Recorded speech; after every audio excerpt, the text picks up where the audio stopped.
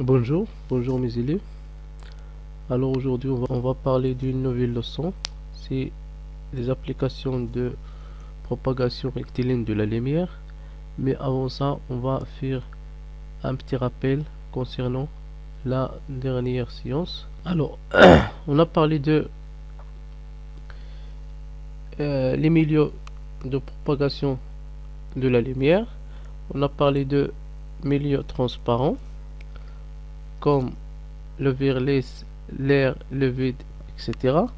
C'est un milieu qui laisse passer la lumière. Milieu translucide comme papier, claque, verre dépolé, etc. C'est un milieu qui laisse passer la lumière, mais on ne peut pas voir nettement les objets à travers le verre. Un milieu opaque, c'est un milieu qui ne laisse pas la lumière passer et il ne peut pas voir les objets à travers le verre, comme le bois, les murs, les métaux, etc. On a parlé aussi de le principe de la propagation rectiligne de la lumière. On a dit que dans un milieu homogène et transparent, la lumière se propage en ligne droite dans toutes les directions. Alors on arrive à représenter un rayon lumineux par une droite munie d'une flèche indiquant le sens de la propagation de la lumière.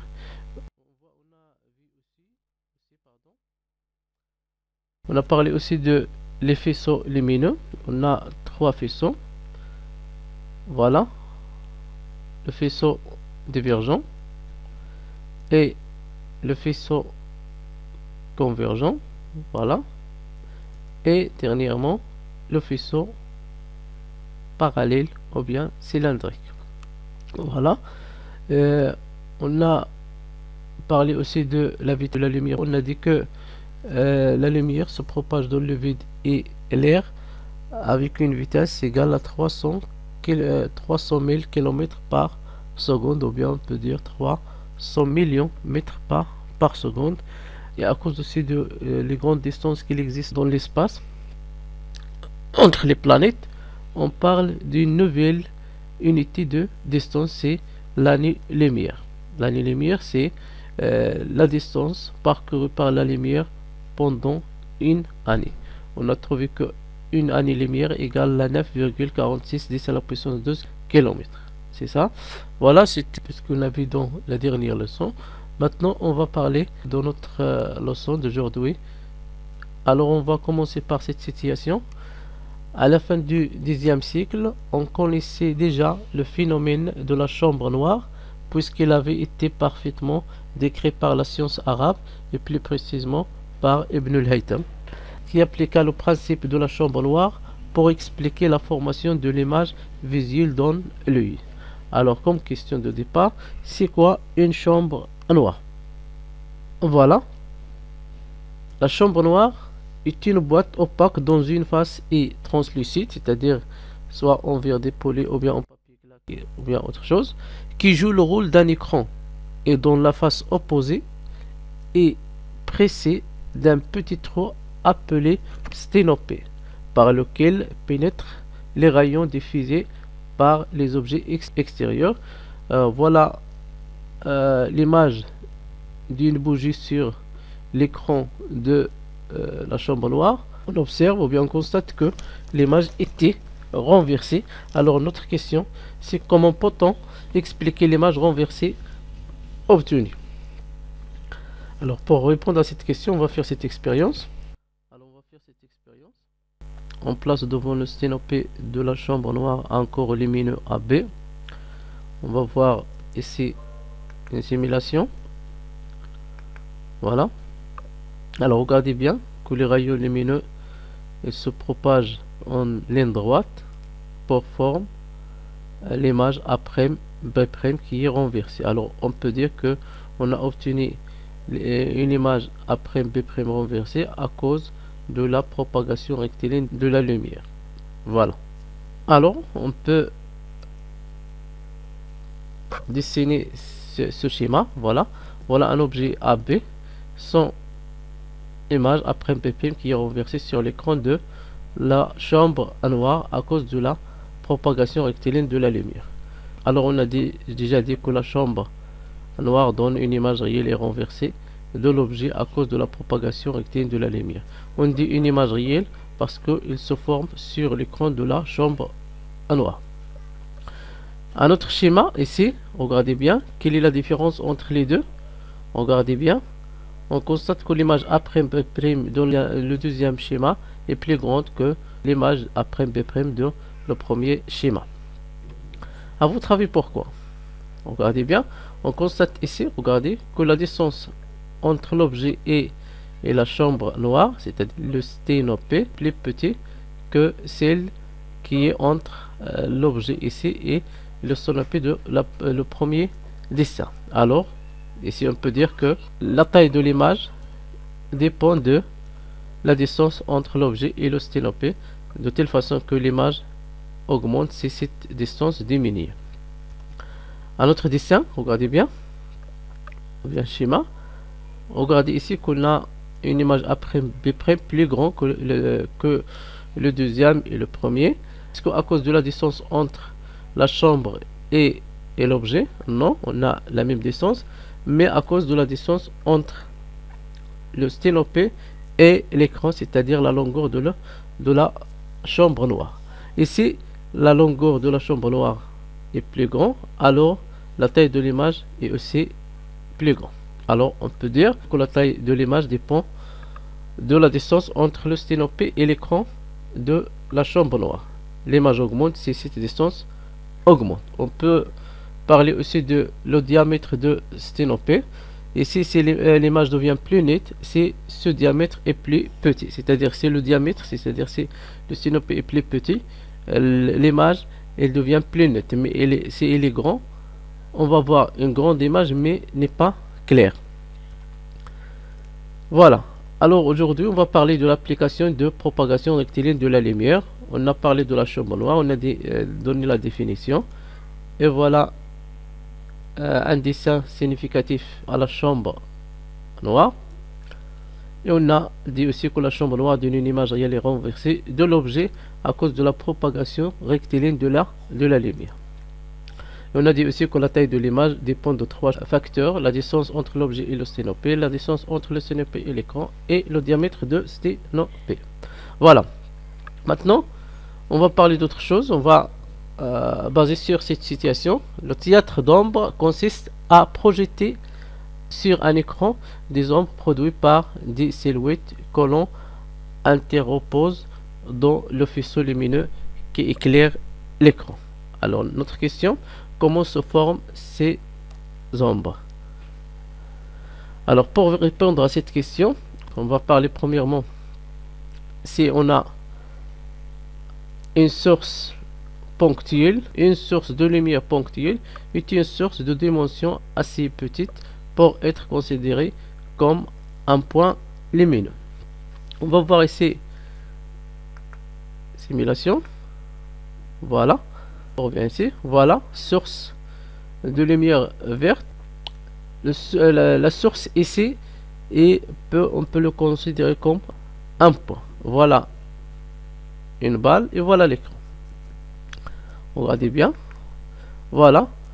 À cause de cette source, on a obtenu des zones sur l'écran. Cette zone, c'est la zone éclairée par la lumière. Ici, on parle de l'ombre portée, l'ombre de la balle portée sur l'écran. L'ombre portée.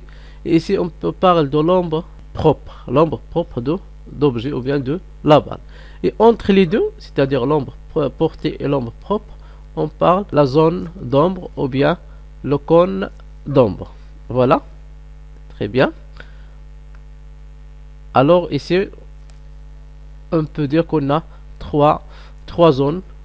C'est la première zone, c'est l'ombre propre qui existe sur le ballon, l'ombre portée sur l'écran, et une zone qui est entre les deux s'appelle la zone d'ombre ou bien le cône d'ombre. Voilà, on a dit qu'on a trois zones, mais la question: comment expliquer la formation de ces ombres? Alors, regardez bien. Voilà, on a dessiné ici les rayons lumineux. Voilà les deux rayons qui nous permettent d'obtenir l'ombre portée, et aussi l'ombre propre et le cône d'ombre. Voilà, c'est-à-dire on peut dire que on obtient ces zones à cause de la propagation rectiligne de la lumière. Voilà. Alors on a dit que la formation des ombres s'explique par la propagation rectiligne de la lumière, et on peut distinguer dans ce cas entre trois ombres. Voilà source ponctuelle, voilà l'objet, et voilà les rayons lumineux émis par la source ponctuelle. Voilà l'ombre propre qui est sur l'objet, et ici l'ombre portée qui existe sur l'écran. La zone éclairée, et voilà le cône d'ombre, ou bien la zone d'ombre. Alors on a dit que on distingue entre l'ombre propre et l'ombre portée et la zone d'ombre, ou bien cône d'ombre. L'ombre propre, c'est la partie non éclairée d'un objet opaque. L'ombre portée, c'est la tache noire qui se forme sur l'écran, et la zone d'ombre, ou bien cône d'ombre, c'est l'espace entre l'objet et l'écran qui ne reçoit pas de lumière de la source. Voilà. Maintenant, on va passer au deuxième cas. C'est le cas d'une source étendue. Une source étendue, ou bien une source de lumière étendue, est une source de dimension assez grande. Il se construit au moins de deux sources ponctuelles. Voilà. On va voir ici simulation. Bien, voilà la source étendue, l'objet et l'écran. Voilà.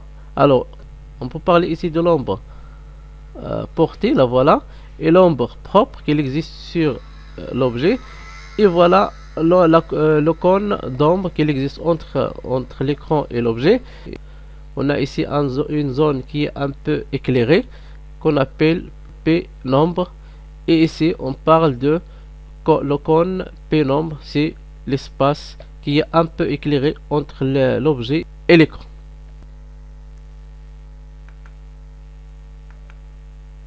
Voir cette simulation. Voilà. Alors, on constate que les rayons qui propagent en ligne droite nous permettent de obtenir l'ombre propre, qu'on dit en arabe del al-mahmoul, et l'ombre propre qu'il existe sur la balle. Et de plus, on parle de pénombre, en arabe on dit shibh del al-mahmoul, et autour de le cône d'ombre, on parle de le cône de pénombre. Voilà, en haut et en ombre. Alors, à cause de la propagation rectiligne de la lumière, on peut distinguer pour une source étendue entre l'ombre portée, l'ombre propre, le cône d'ombre, le cône de pénombre et pénombre. Voilà. Alors, si on utilise la source lumineuse, ou bien une source lumineuse étendue, en plus des différentes zones d'ombre situées dans le cas de la source lumineuse ponctuelle, il y a, voilà,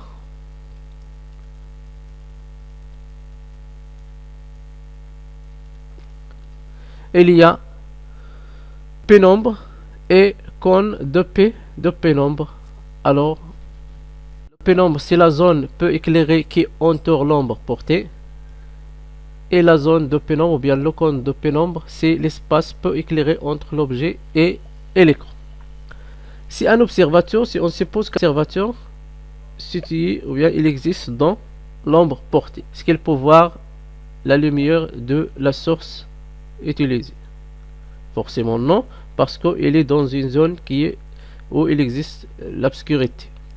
Mais s'il existe cet observateur dans la zone de pénombre, il peut voir une partie de la source étendue, de la source lumineuse. Mais s'il existe dans la zone éclairée, il va voir la source. Voilà. Alors c'est on peut écrire ça comme remarque.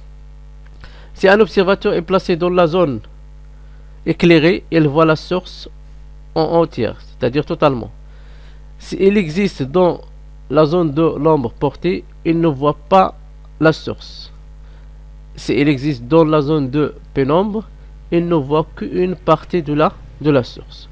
On peut ajouter aussi que la taille de l'ombre portée augmente lorsque la distance objet-source diminue, ou bien lorsque la distance objet-écran augmente. C'est-à-dire si l'objet est très éloigné de la source, son ombre, il doit être plus grand. Si l'écran est plus proche à l'objet, aussi on va voir une ombre qui est plus grande. La dernière remarque, la couleur d'une ombre est toujours noire, quelle que soit la couleur de la source de lumière. C'est normal parce que l'ombre c'est l'absence de la lumière, alors la couleur de la lumière ici n'est pas important. Maintenant on va passer à parler de deux phénomènes qui sont naturels. Les éclipses. L'éclipse du soleil et l'éclipse de la lune. Alors, qu'est-ce qu'une éclipse? L'éclipse du soleil et l'éclipse de la lune sont deux phénomènes qui se produisent quelquefois dans le temps. Lors d'une éclipse du soleil, en pleine journée, le soleil disparaît, c'est-à-dire il fait nuit pendant quelques minutes. Lors d'une éclipse de lune, en pleine nuit, la lune disparaît pendant quelques minutes.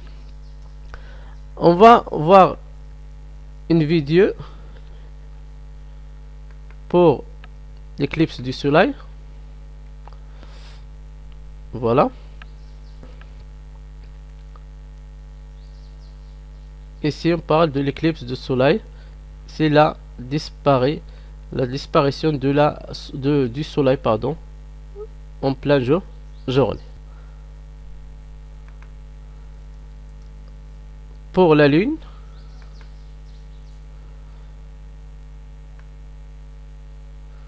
voilà, dans la nuit, on va voir la disparition de la lune quelques secondes ou bien quelques minutes, et elle revient à diffuser la lumière. Voilà.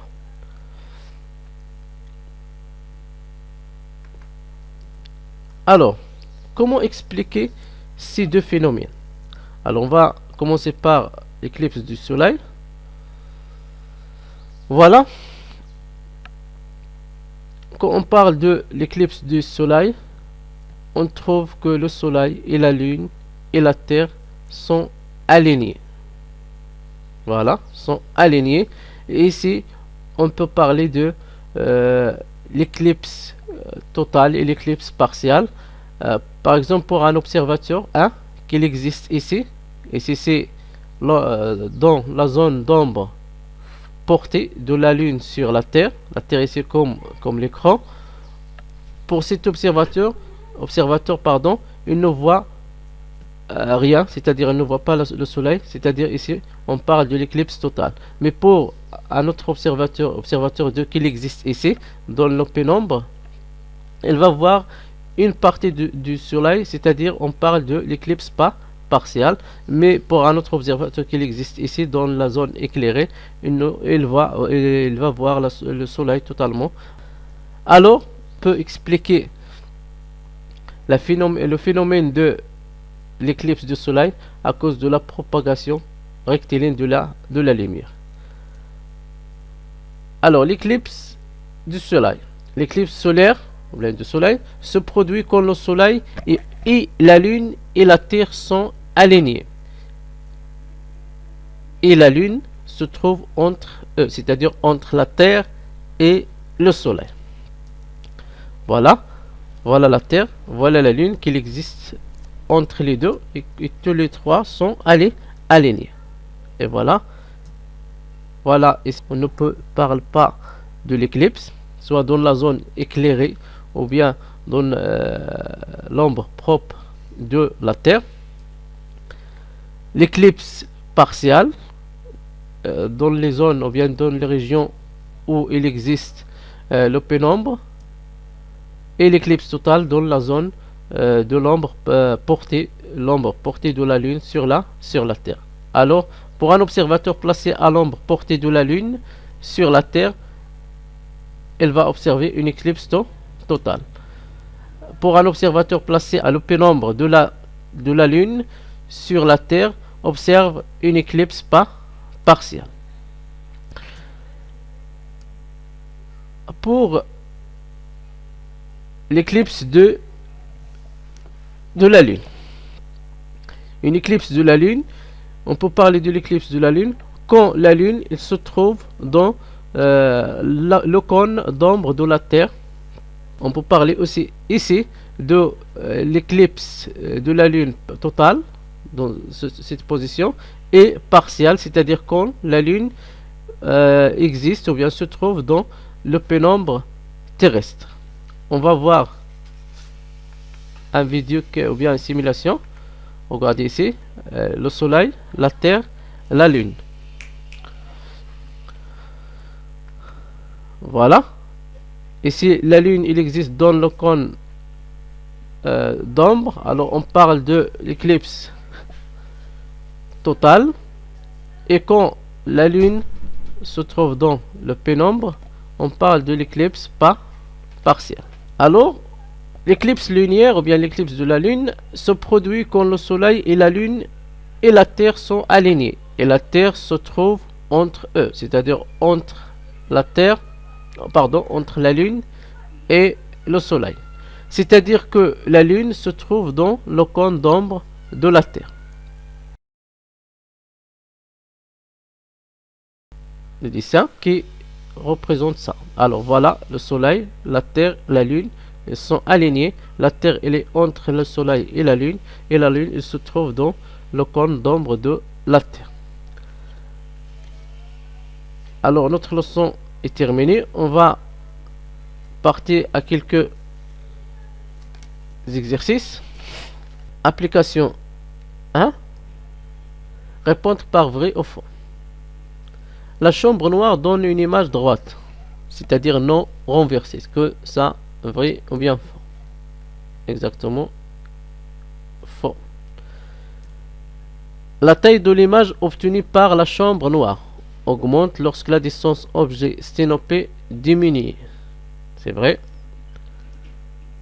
La taille de l'image obtenue par la chambre noire augmente lorsque la distance sténopé écran diminue.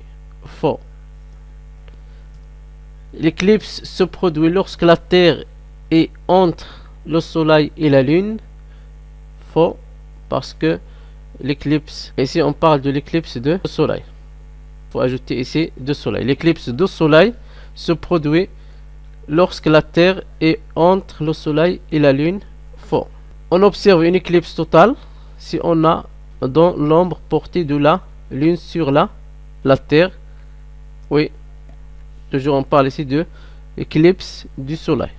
Voilà. Une deuxième application. Nommer chaque zone. Alors, premièrement, c'est le pénombre. Deuxièmement, c'est cône de pénombre. Troisièmement, c'est source. La source étendue. Et quatrièmement, c'est l'ombre propre. Cinquièmement, c'est cône d'ombre. Et sixièmement, c'est l'ombre portée. Voilà. Voilà d'autres exercices que vous pouvez faire. Exercice 2. Pour chaque lettre, dessinez l'image obtenue sur l'écran d'une chambre noire. Voilà les lettres M, A, R, O, c'est le mot Maroc. Vous pouvez, dans la deuxième ligne du tableau, dessiner l'image obtenue par la chambre noire pour chaque lettre. Le deuxième exercice. Une chambre noire de longueur 4 cm donne à un objet AB qui est situé à 4 cm de son sténopé une image A', B'. Voilà le dessin. Première question, tracer les rayons de lumière qui donnent l'image obtenue.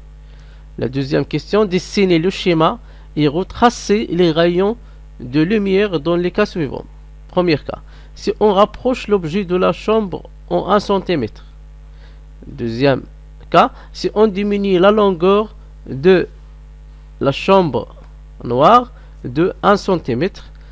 Et la troisième question, comment la taille de l'image varie-t-elle dans les deux cas précédents? Voilà. Merci pour votre attention.